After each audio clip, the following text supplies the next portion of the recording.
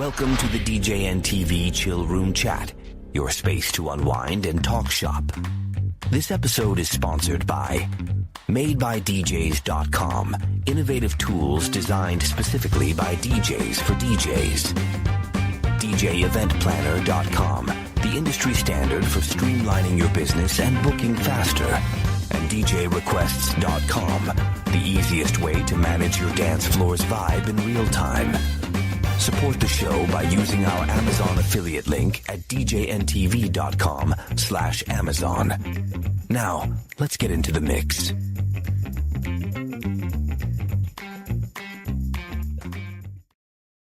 Hello. Welcome, everybody. Welcome. It is a Monday night, and we got the gang together. Cubbie decided he would actually show up this week. He was a little passed out last week, but he's here this week, so we're glad that he was able to join us. Because well, I'll be honest, Cubbie, I missed you. I missed you guys too. I had an event actually. So sure you did. That's yeah, not no. Yeah. You were hopped up on Glazer donuts. That's what you were. Yeah, I do love my donuts. Yeah, those Glazers. Pretty. That's a Midwest thing, by the way. It's one of our gas stations that makes like Dunkin' Donuts or Krispy Kreme quality donuts. Yeah, yep. They're good. All right, gentlemen. Tonight it's officiating night. We're going to talk all about that. And Cubbie, I don't know if did you catch the message that Dan became Pastor Dan today? I saw that, Reverend Dan. That's Reverend amazing. Dan. It's funny. I went to 4 years of college. Yes. And I did it in much faster time than all that time when I went to school for it. But hey, it's scary. So it's scary how easy it is. Let's start there, Dan. Go through your process, because tonight's show is about officiating weddings. Dan's going to go through a little bit of his, and then Cubbie is going to get into a little bit more of the side of how he's been doing officiating for a number of years. I've done it. I've dabbled just enough to marry a couple of people, and I've done it where I've been the backup. So in case they're a person that didn't show, which has. I've had that discussion where people are like, could you do it if they don't make it? Because we're kind of wondering. So, but I've done a couple, but not as many as Cubbie. So we're going to jump into that. So Dan, take us through the process. What did you do to get yourself to be Reverend Dan? So I did the almighty Google of getting ordained in Pennsylvania to make sure that I was, going down the right path, because the internet never lies. And there was two things that came up: American Marriage Ministries and Universal Life Church, and both of them were pretty much the exact same process. I put my name in, I put my email in, I said I was over the age of 18, and I was doing this in Pennsylvania, and I hit enter, and it said I'm ordained. So did you do anything special before you hit enter? Like maybe pray a little bit or I gave them your credit card information because you said that was okay. Yeah, exactly. That card, yeah. I have like $1.65 left on there. So hopefully you got the small package for the officiating. I did. Good. No, there was nothing else to be done. Now it is free, at least in Pennsylvania. There was no extra fee associated with doing it. However, in Pennsylvania, it did say that sometimes you'll be asked to present credentials, and those cost. So if I wanted to buy the paper copies of what I just got done, $45, $50 is what it was looking like.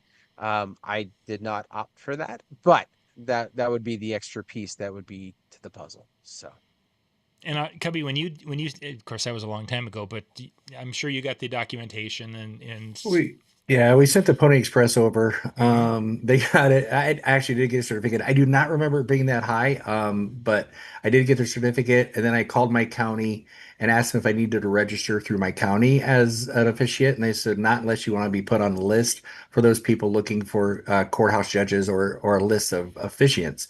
And those would be the quick courthouse weddings that you can do outside of that. And I didn't sign up for that thing at all. So I just basically have my universal life. There's also the dude. The dude has one. You could become an officiant through the dude. The movie, what the dude abides. What movie is that? But it's true story. You can get... This is news to me. Yeah, this is new. but you We can. don't watch those kind of movies, Cubby. Yes, No, it was a funny. It was a funny one. It's like it's huge comedy, and somebody on the chat. Well, I know I'll throw it in there. Pixar is what I watch. Yeah. Yeah, Toy Story 5. Yeah. But it's a very simple process. Make sure you register. You look at your state regulations and see. But I think all 50 can do it. And then I literally after the certificate comes, or after they get their certificate, I mail it in for them, and I've never had any kickback. Well, in Iowa, you can't. I had a groom, the best man, one time put a heart next to his signature, and they kicked it out. Oh, And yeah, interesting. so the bride has to sign her married name, so that's always important to know. In the state of Iowa, where I am, it comes with some copies of it. And I explained to the couple, like, you keep these copies for you make copies of your copies as well. Once you mail in your license, you take it to your employer. That will change your filing status to DMV to change your license if you need to. These are the exact. It's like a replica of the license, but it's something you could take to HR and stuff like that and change your filing status. So when you get your original back in 4 to 6 weeks or however long it takes your county to process it and get it back, you have those other papers for those people. Now, do you, Cubbie, have to, once they've signed everything and you got it, do you have to put it in the mail, or is that something that the couple can do? It's just something that I do so that I know that it's got done properly, because they sometimes go on their honeymoon, they might forget about it, things of that nature. It's just something that I do. Cost me 29-cent stamp, or unless you get 7-cent stamps through the Yeah, legal post exactly. office. Usually you just go to Facebook and get those 7%ers. In Minnesota, the county will put a self-addressed stamped envelope in, and the county it requires that the officiant has to be the one to drop it in the mail, and it has to be to them in 5 days. Oh, so in our case, we just did one a couple of weeks ago, and on the way home, we stopped at the post office, and it was a post office I knew if I put it inside the post office that it would get date stamped and sent on its way, because it was one of them that I used to work at. So I know how that one worked. But yeah, that's a Minnesota thing. You also mentioned, Cubbie, that so if Dan were in Minnesota, he would have to take his ordination document to the courthouse. In order to be able to do Minnesota weddings, he has to get licensed through the county. So he would pay Minnesota its $40 fee to the county. Oh. Then once the county has you fill in the paperwork, and once they basically ka-chink it, now we are able to do ceremonies across Minnesota for the rest of eternity, or until whatever. But I can't go to Iowa as an example and do a ceremony. Are you sure? Yes, I can't. According to what I'm now, maybe Iowa has loose enough laws that it would be, but my Minnesota license doesn't carry over as far as Minnesota is concerned. I did one in Missouri, which is south for people not. But anyway, I did one in Missouri. It was south, and of course, I looked at the regulations, and it was fine that I was able to do it there as long as I was ordained.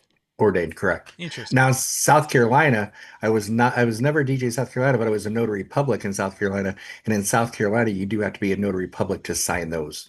So just make sure whatever state you're in, you Google and find out what, because like I said, that's crazy in Minnesota. They have to go register and pay at the county to do it. In Iowa, they don't. Well, sometimes we marry our sisters, so they really don't care who. As long as you're paying, as long as you pay Southern Iowa, yeah. They don't really, You're good with that. A couple of things that just is a head scratcher for me is that, okay, so you get all the paperwork, and there's nothing. It's not like I have it asks who the officiant is, sign your name, print your name, what county were you registered in? Todd County is where I am, and that's pretty much it. There isn't like I have a number or anything that identifies me really, beyond address. And if I move since then, and it's like, it's almost like a trust thing. It's really weird. It felt like there was a room for improvement in that process, but. Yeah, it's interesting. With mine, I sign my name, print my name, the county they got married in, because it could be different the county than they reside in. Yep. The date that they got married in, or date on, or whatever, and that's it. Sign it and put it in the mail. Yeah, and no 5-day restriction like you. Like, it doesn't have to be postmarked by a certain date. And then you get the he, her, or person 1, person 2 for that are getting married, and then 2 witnesses. Mm-hmm. Yeah. Okay. Very similar. Okay. So I was doing a little more digging while Cubbie was saying. In Pennsylvania, apparently, I don't have to register with the county. I'm going by what I'm seeing here, so it could be wrong. Obviously, before I do my first one, I'll make sure. But then ours is 10 days to return. Okay. 10 days has to be returned. So before we get into Cubbie actually going through, because we're going to spend probably about the last half of our show tonight. Tonight's a little bit shorter show. Dan, is this an area in which, because we kind of wanted you to look into how to get ordained again, because it's been a long time since Cubbie and I've done it. Is this something that you would kind of look at maybe offering as a service within your DJ, or is it one of these things that you just don't want to be dealing with it? I personally don't want to deal. This is why I haven't ever gone down that path. One, I thought it was actually a little bit more complicated than it was for Pennsylvania. I thought that was, there was some extra legality. I remember seeing somebody that was like at a wedding show saying like there was all these rules. Yeah, I don't know where they got them, but apparently not the case. I mean, I'm glad it's there as a backup, but I'm a one-man show. Mm-hmm. I typically don't bring somebody with me. So that means that during the ceremony, which in my viewpoint is one of the most important aspects of what I do that day, I'm having to run music, control the sound, marry them, and send them on their way all by myself. There's a lot that's happening there at one time. And yes, I could bring somebody along potentially, but in the way that I'm currently set up, that's not the position that I have. So I'm a one-man show, and when I do officiate, I share my price with them, and right off the bat go $100 of that is going to go to pay the person to play music because now I can't do that. Like, oh, that makes sense, and it's my wife, and literally all she has to do is, we use virtual DJ, just slip this one on here, hit play, you know what I'm saying, loop it. I've already set everything up. I've already done the sound. So I don't know, like I said, if you can get how old your oldest son is, if he's able to drive, if he could like just play 3, 4 songs while you're officiating, practice with him a couple times.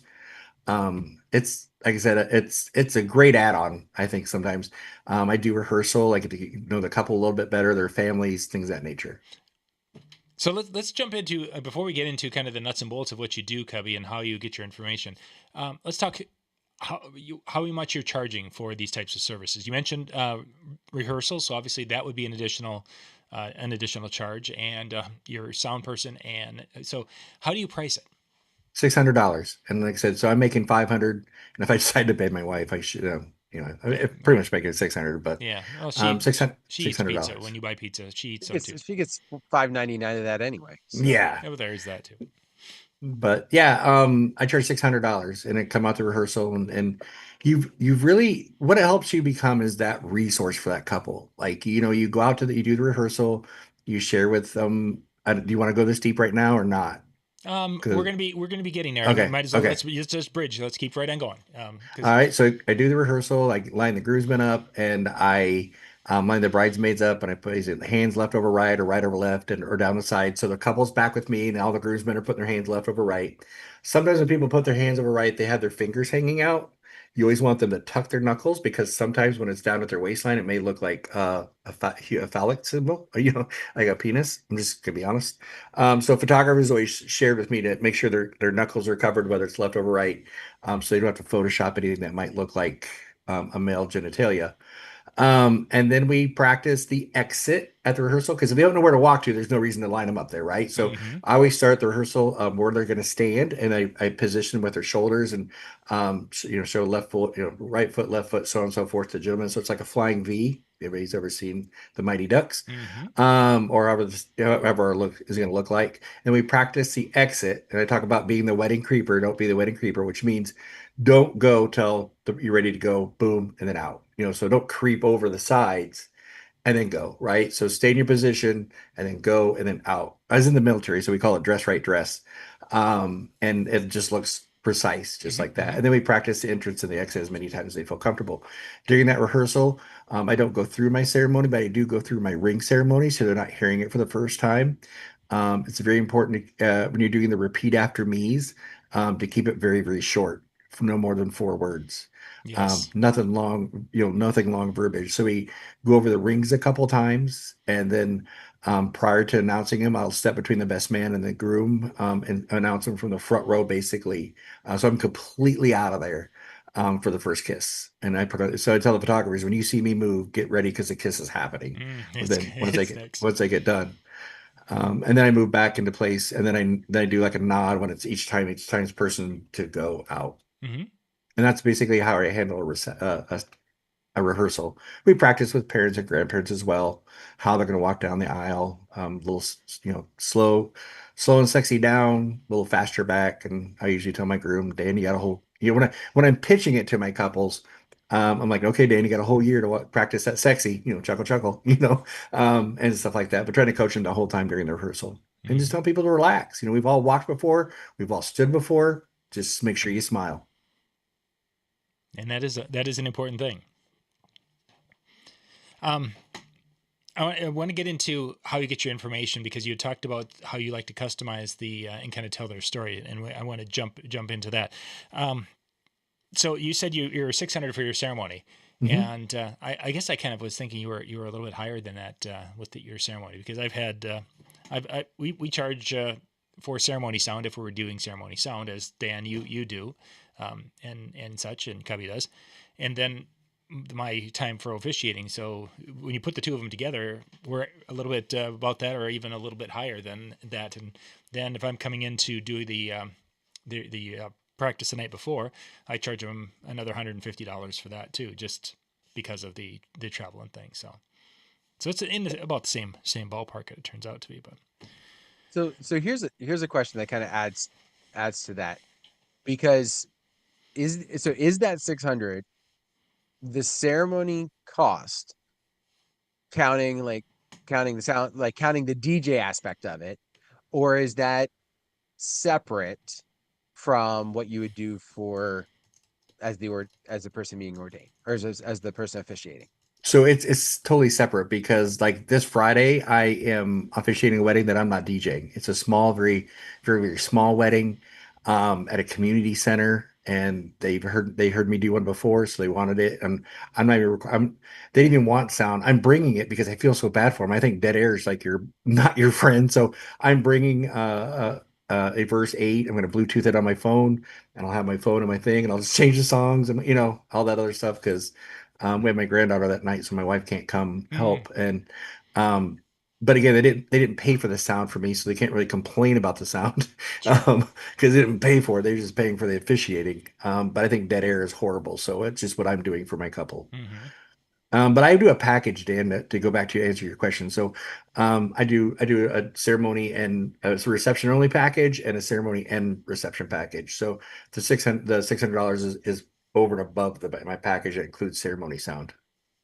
Okay, so John, to kind of, I was wondering if that was, so it would be kind of, if I'm thinking this through my head, right? Like, so I'm thinking, like, if I'm doing this, I'm not adding just an extra $100 to officiate. Like, I'm adding, Correct. yes, Yeah, I'm the adding 600. my complete fit, like you get all this stuff, normally. Oh, by the way, if you want me to officiate too, it's this extra. So that kind of helps kind of paint the picture a little bit different. So And in my sales consultation, I'm like, a lot of people secure their date and their DJ, and then they try to find an officiant, and I share with them as what I do as officiating, and I say I have a lot of couples just come back and go, hey, look, we can't find anybody that we trust or that can write or whatever, and we can add it, and I don't add any more deposit, I just add it on. And then I split it in half. If it's outside the 90 days, which I pray that it is, gives me more time to work. I split that $600 into the two payments. I have a 90-day payment and a 30-day payment in my packages, or in my price structure. That's the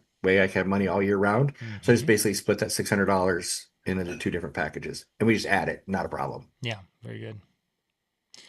Cubbie, let's jump into a little bit. How do you get your information from your couples to be able to customize? Because that's one of the areas in which I've struggled, especially my last one, where I had a very short notice, and I was really busy at the time with other activities. So I have two packets. I have a groom packet and a bride packet, and I make sure that they tell them they do not know. The bride's packet is 13 pages long, because a lot of it I'm going to get in my DJ notes anyway.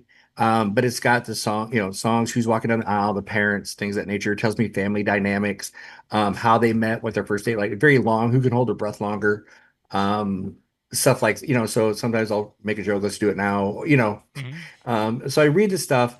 The groom's is only 9, and I always tell the groom, look, the more you give me, the better I can make your script. If you give me 3-word answers all the time, is why are you going to marry her? Well, because I love her. Okay, I get that, right? But tell me why. Is she your rock? Is she, I said the better you give me, the better I can create your love story. And that is my officiating is basically I tell their love story, how they met, what their first date was like, different adventures they went on while they were dating, how he proposed. Did she know? Did he ask her parents? Did he get down on one knee?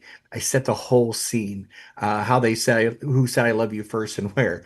One of the 2 weeks ago I had one, and the groom said, I said I love you first, but I was hoping she was sleeping. When he said it, he whispered. So I'm like, as their friendship started to grow, so did their love. Where they were back on, I'm going to use Dan's name. We were back on Dan's couch, back at his apartment. Dan whispered in her ear he loved her, and I said, I don't know if he was serious or not, but he said it hoping that she was sleeping and didn't hear him. But Dan, she heard you, and it gave her the feels, and it made her feel warm all over. So it's about the bridges and I always tell my couples, we're gonna laugh a little bit, we're gonna cry a little bit, we're gonna high five and go drink some beers. And that's I try to get them to make it. I use their story with a little bit of humor sometimes to get people to relax and stuff. Very nice. Very nice. But prior to the ceremony, as I'm walking down the aisle before I make my cell phone announcement, and you guys can do this even if you're just DJing a wedding, and you're not the officiant. Walk down the aisle, and if you see any open chairs, invite guests to the aisle. So and say, look, when the bride comes down, her pictures look fuller. And I've been known, like sometimes people don't sit in the third row or the second row. I've been known to ask families. I got 4 up here, so I'm going to move. Who wants to move up closer? I won't charge you any extra. Tickets are free. Who wants to move forward? Give me 4 people, and they've seen me do this, right? Like they buy into it. Like, wow, that's a really great idea. I've never really thought about having empty chairs on an aisle, and the crowd's now watching what you do. And I'm not even officiating. I'm just inviting people. And then I ask the officiant, do you want me to do the cell phone announcement or do you? And they'll say, can you do it? Man, not a problem. I'll say, pull out my cell phone and go, who's got one of these? Everybody pull your cell phones out. Everybody pull them out right now. Now, if you've got Dan or John's cell phone number, send them a selfie, let them know you're here. Now they're going to enjoy seeing all your smile. They have no idea I'm doing this. They're going to enjoy seeing all your smiling faces. Okay, sir, maybe not you, but everybody else, chuckle, chuckle, right? Again. Now, once you take your selfie, turn your phone completely off and put it in your pocket. We've got the best photographers this side of Mississippi. John and Dan don't want your pictures. They don't need your pictures. They want you to join their hearts as they join theirs this afternoon. So now, again, you're getting them to buy into what you're doing. They think the selfie thing is like really cool. The bride and groom love it because now there's all their friends and family at the ceremony with smiling faces or tongue sticking out. But everybody at that ceremony sees you control the situation and make everything better. And that's where you can be the resource. Now we can go back on to how I get more stuff, but No, that's good. That's a really good idea. I would wonder where you ever heard that before. yeah, bald guy out east somewhere. No, I was thinking maybe it was on the album liner of one of the greatest albums to ever be. Oh, sorry. God, I hate it when they get distracted with their 80s stuff. So, for those of you who are thinking, wow, what Cubbie has with the 9 and 13 page thing is way, way beyond that is one way to do it. There's another way, and I had to do this with the last ceremony, which was kind of at the last minute. You can, with the proper prompts, get a somewhat decent script with Gemini right now, or any of your favorite AI things. Just Cubbie, before we started, I went and did one, gave it a couple of names, gave it a little bit of prompt, and then said they were huge Star Wars fans and they wanted to include some fun Star Wars stuff in there. And it scripted it out. And it was actually, there were some parts of it that were really, really good. So there are definitely ways, a variety of different ways to be successful in that world. Yeah, I've never had one quickly. I'm sorry, Dan. I've never had one come up quickly. I always know way in advance, so I have plenty of time to write it, rewrite it. Yeah. And then I do slap it through Chat GPT to see if there's anything, if it can make it just a little bit better, but surely they can't. So I'm just kidding. Yeah, exactly. I mean, it's perfect. They're like, why bother? Yeah. I mean, it's just like, putting blue paint on the bottom of a pool. It's cool. It works. It's going to be huge. Works. The one thing I would say is that, fortunately, I think most of us at this point have done a bunch of weddings, a bunch of ceremonies, right? Like as DJs, right? Even if you've never done the ordained thing, the officiating piece, you've done a lot of weddings. You've seen the things that have gone really, really well. You've seen the ones that you're like, oh my gosh, I feel Cringe. embarrassed for the officiant, right? When you're thinking about what you're going to do, whether it is whether it is AIing it, whether it is, going down the route with Cubbie, think about some of those pieces, right? Like, think about what that officiant needed to know to make that be a good wedding. And that can help you come up with your own version of that planner. It might only be 2 pages, but it would help you create those moments that you're thinking of that would give you that good piece. The other thing I would encourage you to do, record your ceremonies. Like, as the DJ, while you're thinking about doing this down the road, record your ceremonies. And I'm not saying you write down the script of the last 3 officiants and then suddenly make it your own, but like that will also kind of keep you fresh of going, okay, this was a good moment. I don't want to do this. This is how I could do this better, right? Like critiquing it to make it your own element. Yeah, Cody. I asked for the script for the pastor because if I'm making song choices, so then I steal a bunch of script. Really early in the beginning, I just Mhm. took a bunch of scripts, right? Sure. And like, hey, can your officiant give me the script so I know when to hit my song cues? I know when the groom gets up there, I'm going to change it to the wedding party song after the parents and the grandparents. I know when after the wedding party gets up there, I know I got to play the bride song. Right after Flower Girl and the Ring Bearer or whatever. You know what I'm saying? So I know, but I want to know the script so I can follow. And when I was first starting out, it's a great way because it's all written out and you can just keep a little folder of all those different scripts that you like or don't like or what you don't want to do. So, yeah, don't be afraid to ask for the script just so you can be prepared. And an officiant will print one out for you, Most of the hopefully. time, they're very happy to do that just because they Yes. like to have it where they do. And now, ladies and gentlemen, and boom, the music starts right on cue. That makes everybody look like a rock star. Well, gang, we're going to wrap things up a little early tonight because I have an appointment coming up here in a few minutes with my wife. It's a beautiful evening, and she wants to go for a bike ride, so we're going to do that. Thank you, guys. That's what we're calling it now. Yeah, I'm just kidding. Yeah, exactly. DJNTV.com/chill. They'll be there tonight. It's probably in about an hour, half hour to an hour. They'll be out there. If you want to go out and check out the KJ1, DJNTV.com/KJ-chill. On Monday nights, they record there and they talk karaoke, so you can do that. And then jump into the DJ one, which is just chill at the end, DJNTV.com/chill. And then, of course, tomorrow night, they do the Tuesday night music show chat where they talk about music and a lot of different things on the Tuesday night. So good stuff. Check those out. We got a couple more shows that'll be dropping this week. And then we'll see you in 2 weeks, I think. Yeah, because next week, I think we're off. I'm good. I'm good next week. Oh, You guys are next week. I'm not. So it's 2 weeks because of 2 weeks. we're That's not right. doing it because the 4th of July. Okay. So then it'll be 3 weeks then for that. But no, so Yeah. Cubbie and I are next week. Then we have a week off, and then we're back.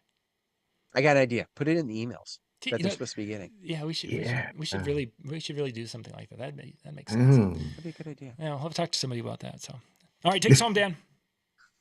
Well, thanks very much for checking us out tonight. Hopefully, you got some ideas on just getting yourself started. And obviously, if you want to reach out to any of us, we're more than happy to share some of our experiences. Mine would just be how you click the button to get ordained. But these other 2 guys know what they're talking about. Have yourself a great one, and we'll see y'all next time, whenever that is.